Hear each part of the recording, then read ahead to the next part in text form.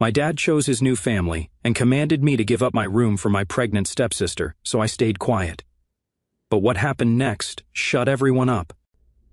I, a 21-year-old male, live in a house I inherited from my grandmother about 2 years ago.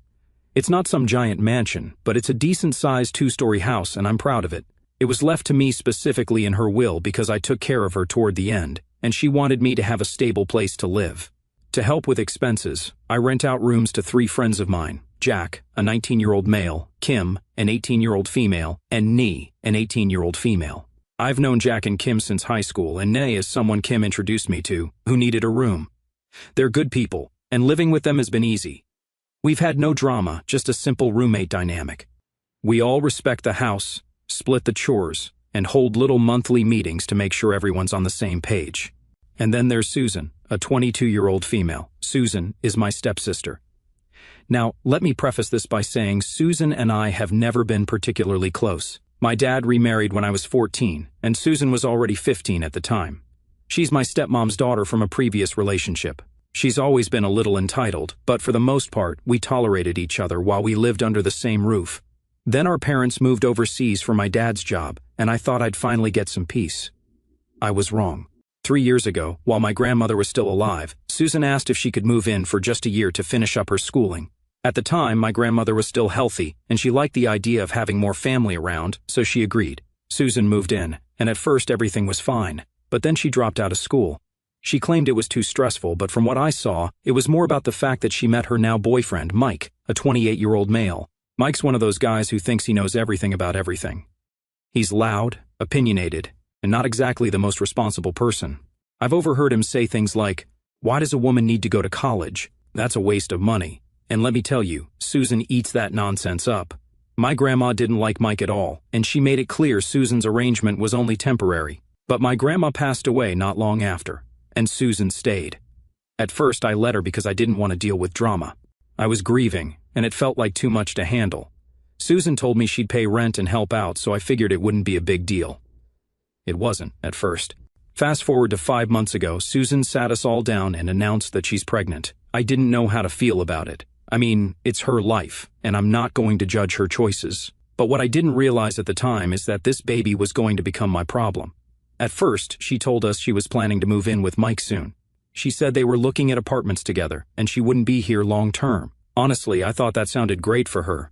She'd have her own place to raise the baby, and Mike could finally step up and be the responsible boyfriend she swears he is. But weeks turned into months, and there was no movement. Mike still has his dingy apartment, but apparently it's too small for a baby, and they can't afford anything bigger. Meanwhile, Susan started acting like my house was suddenly her house. At first, the changes were small. She started bringing home baby stuff like a stroller, a crib, and piles of baby clothes, and just stacking it in her room. That's her space, so I didn't care. But then she started talking about baby-proofing the house, which made me nervous. I'll admit, I didn't shut her down right away. I thought, okay, making the house safer isn't a big deal. We'd all talk about it at one of our monthly meetings and figure out a fair plan. But Susan wasn't waiting for that. She started redecorating out of nowhere. I came home one day to find these tacky floral curtains hanging in the living room and a couple of cheap turtle statues on the hallway shelf. I was annoyed but calm. I took them down and quietly put everything back in Susan's room. I told her that while I appreciated her trying to make the house homey, the common areas weren't her space to change. Well, she lost it. She started yelling about how I was being controlling and unsupportive. She said the house felt stuffy and like an old lady's home. Yeah, it was my grandmother's house. I reminded her that she could decorate her own room however she wanted, but I wanted the shared spaces to stay as they were. And here's the kicker. She then asked if she could paint her room orange. I told her no.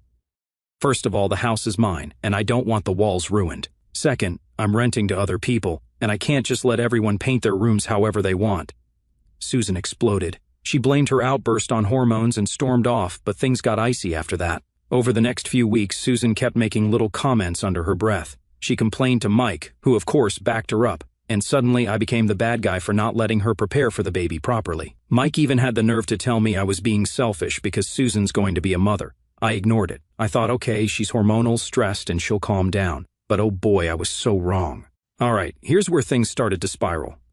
After the whole redecorating drama, Susan and I weren't exactly on speaking terms. She was giving me the cold shoulder most of the time, but when she did talk, it was either complaining or passive-aggressive comments about how I don't care about family. I just ignored her and kept doing my thing, hoping she'd chill out eventually. One afternoon, Susan knocked on my door. Rare, because she usually just barged in when she wanted to talk. She asked if we could sit down and have a real conversation. I was skeptical but agreed. I thought maybe she was finally ready to talk like an adult. We sat at the kitchen table, and at first, Susan was calm. She started by saying she's really stressed about the baby coming and how she doesn't feel prepared. She mentioned how hard it's been to find an apartment with Mike and how the rent in our area is ridiculous. Honestly, I felt for her. I get that having a kid when you're unprepared is a nightmare. Then she hit me with, "I've been thinking, and I have a solution that works for everyone. I should have known where this was going." Susan leaned forward like she was sharing a big secret and said, "I want to move into your room. For context, my room is the master bedroom, and it's the biggest in the house. It has an attached office space that I use for my small online business, basically my livelihood." Susan explained that the office would be perfect as a nursery, and she and the baby really need the extra space. I stared at her for a second because I genuinely thought she was joking. She wasn't. I told her straight up no. Susan blinked at me like I had just spoken a foreign language. "What do you mean, no? You don't even need all that space. You're just one person." I told her I do need the space. I use the office to work, and I wasn't about to give up my room just because she decided to have a baby. It's not like I forced her into this situation. She looked at me like I was being unreasonable and said, "But it makes sense. It's better for everyone." I asked her how exactly it was better for me, and she said, "Because you'll be helping your sister when she needs you most." At this point, I was done playing nice. I reminded her that she's renting one room, that's it. She doesn't get to dictate who lives where in my house. Her response? "But Jack and Kim are younger than me, and they don't need their rooms. When one of them moves out, the baby can take their room." Why are you being so selfish? I had to take a second to process what I was hearing. Not only was she trying to take my room, but now she was making plans for other people's rooms too. The entitlement was off the charts. I told her Jack and Kim weren't going anywhere, and even if they did, she still wouldn't be getting their rooms because that's not how any of this works. Susan started crying at this point. Big, dramatic tears. "I can't believe you're doing this to me. You know I don't have anywhere else to go." I reminded her that she and Mike were already looking for an apartment, and if Mike cared so much about her and the baby, he should be the one making sacrifices, not me. That's when she lost it. She started yelling, saying I was heartless and selfish for not helping my family in a time of need. She accused me of prioritizing strangers, Jack and Kim, over my own stepsister. I stayed calm and told her that I wasn't going to let her guilt me into doing something I didn't want to do. I told her this house was my home, and that if she didn't like the arrangement, she could find somewhere else to live. That's when she dropped her trump card, our parents. She got up, wiped her face, and said, "Fine, I'll talk to Dad and Mom. I'm sure they'll agree that you're being completely unreasonable." I didn't respond. I just let her storm off and slam the door to her room. A few hours later, my phone started blowing up. My dad was calling, my stepmom was texting, and both of them were clearly on Susan's side. I finally picked up when my dad called for the third time. "Your sister called us in tears," he started. "Why are you being so cruel to her?" I tried to explain the situation calmly. I told him that Susan wanted to take my room, that she was acting like the house belonged to her, and that Mike moving in wasn't an option because of how disrespectful he's been in the past. But my dad wasn't having it. "She's pregnant, son. She's vulnerable right now. Can't you just help her out? You don't need all that space. It's not a big deal." At this point, I was getting frustrated. I reminded him that this is my house, and Susan has no right to make demands. I also told him that letting Mike move in would only create more problems. My dad just sighed and said, "Family comes first, always. You're her brother. You need to do the right thing." That phrase, "the right thing," pissed me off. I asked him, "Why is it always my responsibility to clean up Susan's mess? She chose to get pregnant. She's choosing to stay here instead of figuring out a real solution. Why is that my problem?" My dad got quiet for a second and then said, "I'm disappointed in you." That stung, I'm not going to lie, but I stood my ground. I told him Susan wasn't getting my room, and if she and Mike didn't like the living situation, they could figure something else out. I hung up before he could respond. After that call, I felt drained. My parents were completely on Susan's side, and I knew she'd be using that as ammo. She didn't say a word to me for the rest of the night, but I could hear her talking to Mike on the phone, probably trashing me. The next morning, I found a note taped to my door. It said, "I hope you're happy. Mom and Dad agree that you're a selfish jerk. I'll be talking to a lawyer about my rights to live here." A lawyer? Seriously? I knew Susan was dramatic, but this was a new level. At that point, I decided I needed to get ahead of this. If Susan wanted to play hardball, I was going to be ready. After Susan's dramatic threat about talking to a lawyer, I knew I couldn't just sit around and wait for her to pull something. I'm not a lawyer, but I'm not dumb either. This is my house, legally, and she has no claim to it. Still, I wanted to cover all my bases before things got worse, because I knew Susan wasn't going to let this go quietly. I called my uncle, who's pretty level-headed about these kinds of things. He knows the family dynamic, and has always been one of the few people who doesn't blindly take Susan's side just because she cries about something. Luckily for me, my uncle has a close friend who works in property law, so we set up a meeting for the next day. I also brought Jack and Kim with me for moral support because they've been living through this chaos too. Nat couldn't come since she had work, but she was updated and just as fed up as the rest of us. The lawyer was an older guy who looked like he'd seen it all. After I explained the situation, how Susan's living here month to month, her wanting my master bedroom, her threats and everything else, he kinda just sat back and said, "You've got nothing to worry about." He laid it all out clearly for me. Susan has no legal claim to the house. It's mine. She's living here month to month, which means I can give her proper notice to move out at any time. She doesn't have a written lease, and verbal agreements can only go so far in court. The lawyer also said that while I couldn't evict her on the grounds of being pregnant, which I would never do anyway because I'm not a monster, I could evict her for breaking house rules, and boy did she break them. Here's where things got interesting. Jack and Kim finally opened up about things Susan had been doing behind my back. They didn't want to stir the pot before, but now that the situation had escalated, they felt like I needed to know. First off, Susan had apparently been making snide homophobic comments to Jack. Jack's openly gay, and Susan knows this, but I guess she thought it was okay to mutter things like, "This is a phase," or "Real men don't act like that," whenever they crossed paths. Jack said he didn't want to make a big deal about it, but it clearly bothered him. Then Kim told me about how Susan had been barging into her room without knocking. Susan kept borrowing things without asking. Makeup, clothes, even food. The final straw for Kim was when Susan ruined a load of her laundry. Kim's pretty sure Susan did it out of pettiness because the clothes weren't just mixed up, they were completely trashed. Hearing this made me even angrier than I already was. Susan was treating everyone in the house like we were just inconveniences she could walk all over. This wasn't just my problem anymore. It was affecting my roommates, and I wasn't about to let it continue. After the lawyer reassured me that I had every legal right to give Susan notice, I asked what steps I needed to take. He said the key was to document everything. So, when I got home that night, I sent Susan a formal notice by email and text. "Hi Susan, this is your official notice that I will not be renewing your month-to-month agreement. You have 30 days to make arrangements to leave the property. If you'd like to discuss this further, I'm available to talk tomorrow." I wasn't trying to be rude or antagonistic, I just wanted it to be clear and professional. Next, I called a locksmith.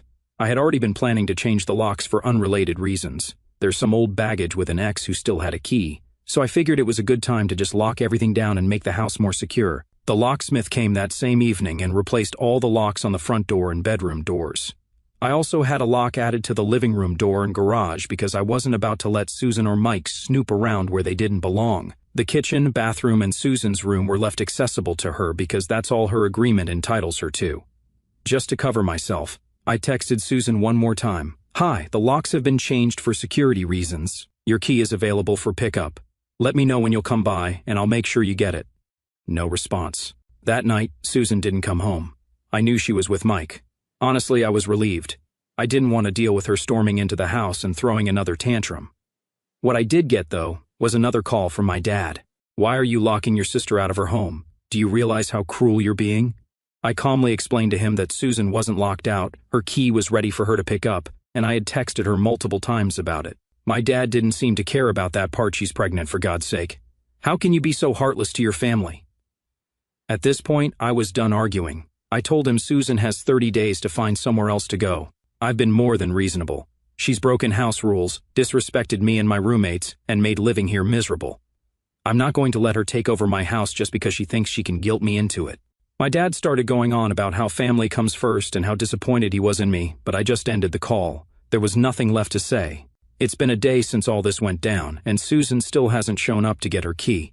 I've texted her a couple more times to let her know it's available, but she's ignoring me. My guess is that she's staying at Mike's and probably trying to figure out her next move. I'm not looking forward to the moment she comes back because I know there's going to be a scene. Susan's not the type to go quietly, and I'm sure she's already spinning some story to my parents about how I'm the villain. But here's the thing. I'm done feeling guilty about this. She's my stepsister, not my responsibility. She made her choices, and I'm not about to let her steamroll me, my roommates, and my life because of those choices. I'm prepared for whatever happens next. If she wants to drag this out, I've got the lawyer's advice to back me up. If she wants to keep our parents on her side, so be it. I know I'm doing the right thing for myself and my home.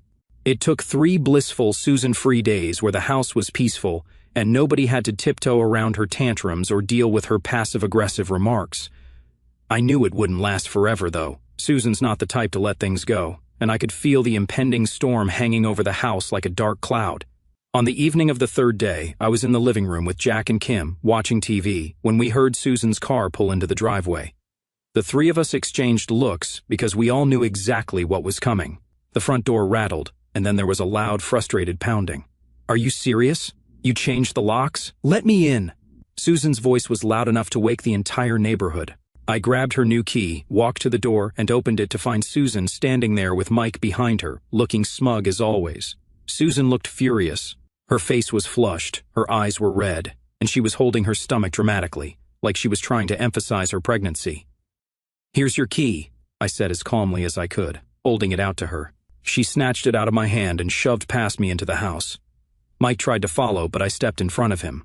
"Where do you think you're going?" I asked. "Into the house," he said, his tone casual, like he owned the place. "No, you're not welcome here," I said firmly. "This is still my house, and you—" "Oh my God, you're being ridiculous," Susan interrupted. "He's here to help me carry my stuff upstairs." "You're going to make a pregnant woman do it herself?" Jack and Kim were watching from the living room, and I could feel their silent support. I wasn't about to let Mike get his foot in the door because, knowing him, he'd just stay for a few nights and never leave. "I'll help you carry your things," I told her, ignoring Mike completely. Susan groaned dramatically. "You're being impossible.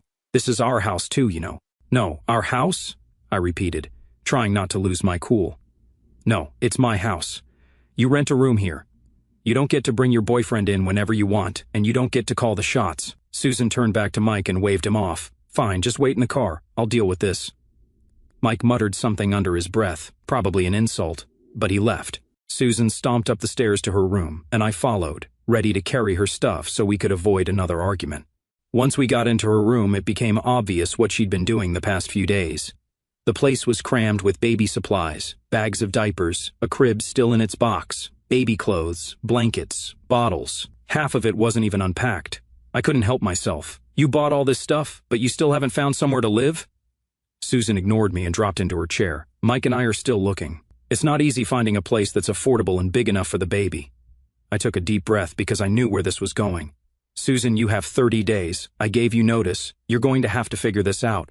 She stared at me, her expression going cold. "Do you know how much of a jerk you're being? You have plenty of room here. I'm family. I'm pregnant. And instead of helping me, you're kicking me out onto the street." "You're not being kicked out," I said, trying to keep my voice even. "You've had months to figure this out, and instead of doing that, you've been arguing with me about paint colors and decorations. I'm not responsible for fixing this for you." Susan stood up, and I swear I thought she was going to throw something. "You don't even need this house. You're just one person. Grandma wouldn't want you to throw me out like this." At that, I lost it a little. "Don't bring Grandma into this. You know she didn't want Mike here. She didn't let you redecorate when she was alive, so don't act like I'm being unreasonable. You've taken advantage of every ounce of kindness I've shown you, and I'm done." Susan started crying, full-on sobbing, as she sat back down. "I can't believe you're treating me like this. I'm pregnant. What kind of brother does this to his sister?" The crying wasn't working this time. I was done feeling guilty. "You have 30 days, I repeated.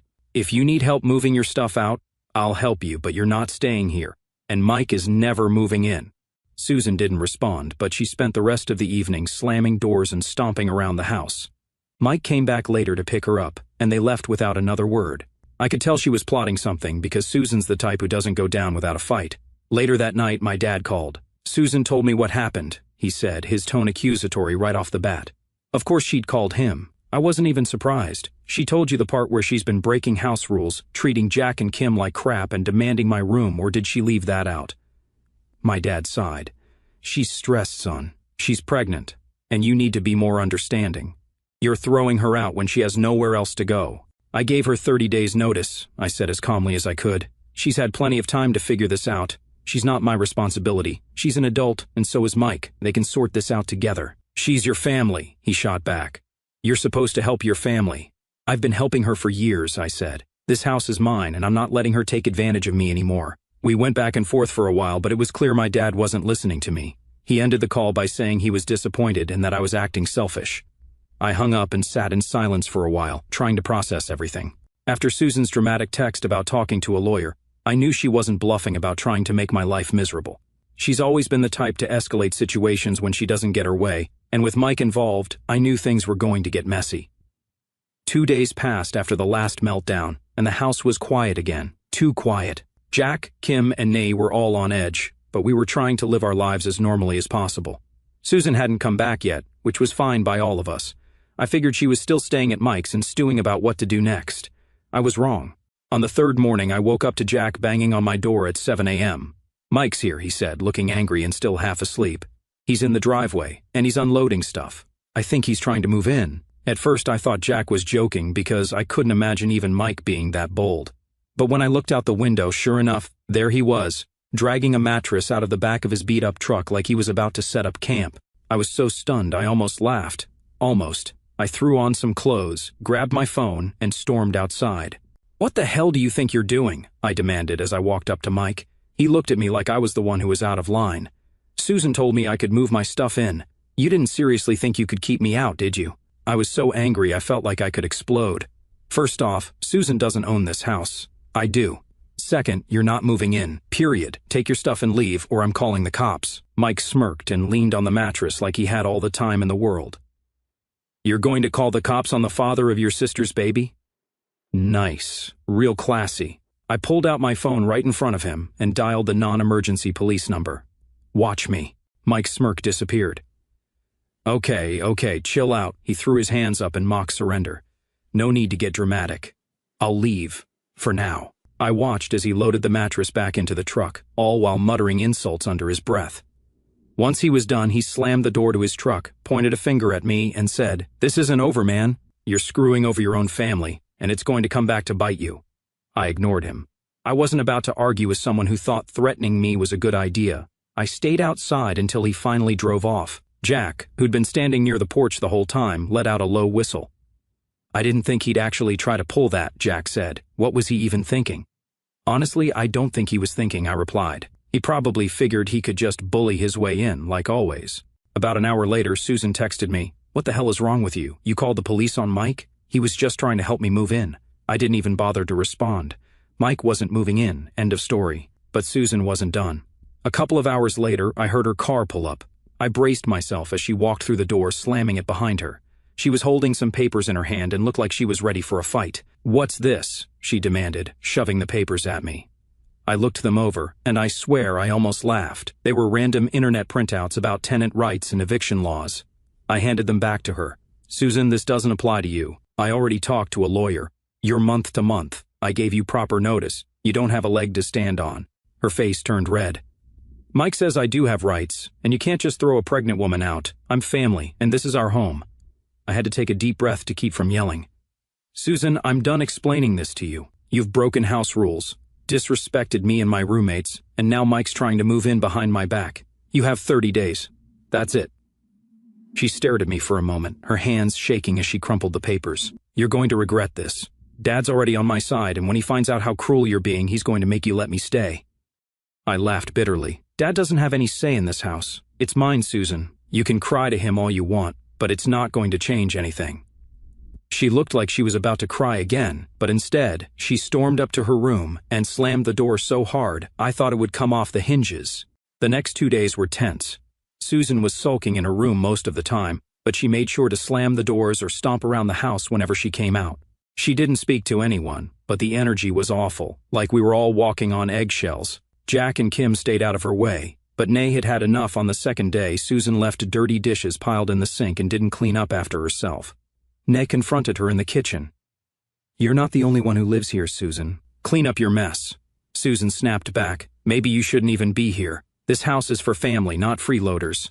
Nay came straight to me and told me what Susan said. I couldn't believe it. Susan was now openly attacking my roommates, the same people who've done nothing but be patient with her nonsense. That night, I called a house meeting without Susan. I sat down with Jack, Kim, and Nay, and we all agreed we couldn't let Susan keep making the house miserable. I promised them I'd handle it.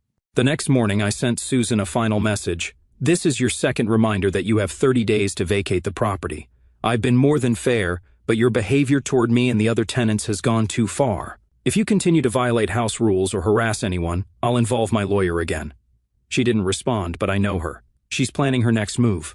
The tension in the house had become unbearable. Susan was still sulking in her room, stomping around like a petulant child whenever she emerged to use the kitchen or bathroom. My other roommates, Jack, Kim, and Nee, had been tiptoeing around to avoid her wrath. Nobody wanted to set her off because we all knew what she was capable of. I was counting down the days until her 30-day notice ran out. In my mind, I kept reassuring myself that if we just rode out the clock, this nightmare would end. But Susan had other plans. It all came to a head on a Saturday afternoon. I was in the garage organizing some stuff for my small business when I heard shouting from inside the house. Jack ran out to get me. "Dude, Susan's going nuts," he said, out of breath. "She's throwing stuff around the living room and screaming at Nay." I dropped everything and ran inside. Sure enough, when I walked into the living room, Susan was in full meltdown mode. Nay was standing near the wall with her arms crossed, looking both angry and stunned, while Susan was pacing around the room with tears streaming down her face. "You people are so ungrateful," Susan screamed, her voice cracking. "I'm pregnant. I'm carrying a child and you're all treating me like garbage." "Susan, what the hell is going on?" I asked, trying to keep my voice steady. She turned on me, pointing a shaking finger in my face. This is all your fault. I told you I needed help, and you're just kicking me out like I'm nothing. You don't care about family. You don't care about me or my baby." Before I could respond, she picked up one of the throw pillows from the couch and hurled it across the room like it was a weapon. It hit the coffee table and knocked over Nay's water bottle, which spilled everywhere. Nay finally snapped. "You're insane, Susan. I've been patient, but this is it. You're treating us like garbage when we've done nothing to you. You're making this whole house miserable." "Miserable?" Susan shrieked, clutching her stomach like she was playing the ultimate victim. "I'm the one who's been treated like dirt since I moved in. All I wanted was a little support, and you've all been against me since day one." I took a deep breath, trying to keep my cool as I approached her. "Susan, this has to stop. You can't throw tantrums and destroy things in a house that isn't yours. I've been more than fair. You're making this harder than it has to be." Susan's eyes narrowed at me, and for a moment, I swear I saw something shift. It wasn't tears anymore. It was anger. "You think you're so righteous," she said, her voice suddenly quiet and dangerous. "You don't deserve this house. Grandma would have wanted me here. She would have wanted me to have a safe place for my baby." I couldn't help but let out a bitter laugh. "Are you serious? Grandma didn't even let Mike in the house when she was alive. You're trying to rewrite history because it suits you. This is my house, Susan, not yours, not Mike's, and certainly not Grandma's anymore. You need to accept that." She stood there frozen for a moment, looking at me like I just slapped her. Then she did something I didn't expect. She stormed upstairs and slammed her bedroom door so hard that a picture fell off the wall. For the next hour, the house was silent. Jack and Kim helped Nay clean up the water Susan had spilled, and we all sat in the kitchen just waiting. None of us knew what her next move was going to be, but we were all on edge. Then Susan came back downstairs, this time dragging a suitcase behind her. Mike was outside in his truck, honking the horn like a jerk. Susan didn't say a word to any of us as she walked past. Her face was blotchy from crying, but she looked furious, like she'd swallowed her pride but was still simmering underneath. When she reached the front door, she stopped and turned around to face me. "I hope you're happy," she said, her voice cold. "You've ruined everything. I'll make sure Dad and Mom know exactly how awful you are. You're going to regret this someday." "I'm sure I won't," I replied calmly. She glared at me for a moment, then stormed outside. Mike loaded her suitcase into the truck, and they drove off, tires squealing down the street. The house felt eerily quiet once she was gone, like we'd all just survived a hurricane. I stood in the living room for a minute, trying to process everything. Jack came up beside me and clapped me on the shoulder. "Well, that was dramatic," he said. "Understatement of the year," Nee muttered as she joined us. "I'm just glad she's finally gone. I can't believe she threw a full tantrum like that." "I knew she'd go out with a bang," Kim added, shaking her head, "but at least it's over." And it was. For the first time in weeks, I felt like I could breathe again. Over the next few days, Susan continued to blow up my phone with angry texts and voicemails. I ignored them all. My dad called me twice to yell about how I'd abandoned my sister and acted like a monster, but I wasn't backing down.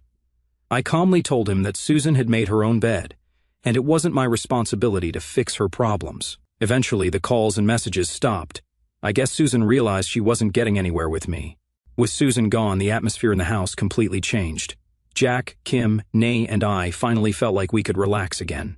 We cleaned up her room, which was left a mess, and I changed the locks one last time, just to be safe. Looking back, I don't regret anything. I stood up for myself, my friends, and my home. Susan tried to manipulate, bully, and guilt-trip me into giving up everything I'd worked for, but I didn't let her. It sucks that my dad and stepmom are still on her side, but at this point, I've accepted it. Some people will always choose to see what they want to see. I know Susan's out there somewhere, probably telling everyone I'm the villain in her story, but I don't care. I'm finally free of her chaos, and the house feels like home again. If you take anything away from this, let it be this. Don't let entitled people walk all over you just because they're family. Set boundaries. Stand your ground. It's worth it.